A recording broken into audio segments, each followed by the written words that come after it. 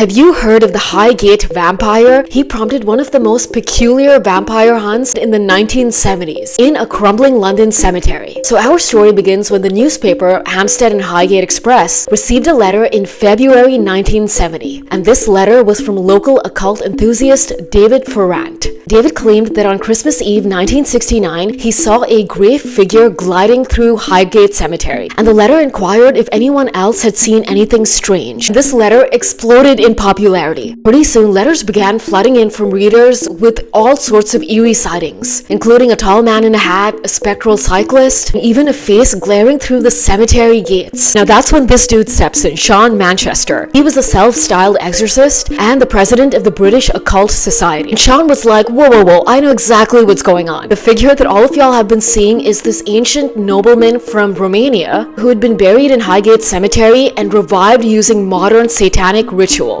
And after that, this story exploded. Manchester announced that he had plans for an exorcism at the cemetery in March of 1970. That night, dozens of wannabe vampire hunters swarmed Highgate Cemetery. And bro, these people showed out. They literally came with homemade steaks, garlic, and crucifixes. Now, unfortunately, on that night, no vampire was found, but what did start was an extremely bizarre rivalry. So remember David Ferrant, the guy who originally sent the letter? He claimed that this entity was a psychic phenomenon rather than a vampire, whereas his rival Sean Manchester insisted that this was a vampire, and their feud peaked in 1973 with talk of a magician's duel on Parliament Hill. This duel was hyped up by both men but was eventually cancelled due to mockery from the media. Throughout it all, the mystery of the Highgate vampire endured, with no one having any answers as to what all of those spectral sightings really were.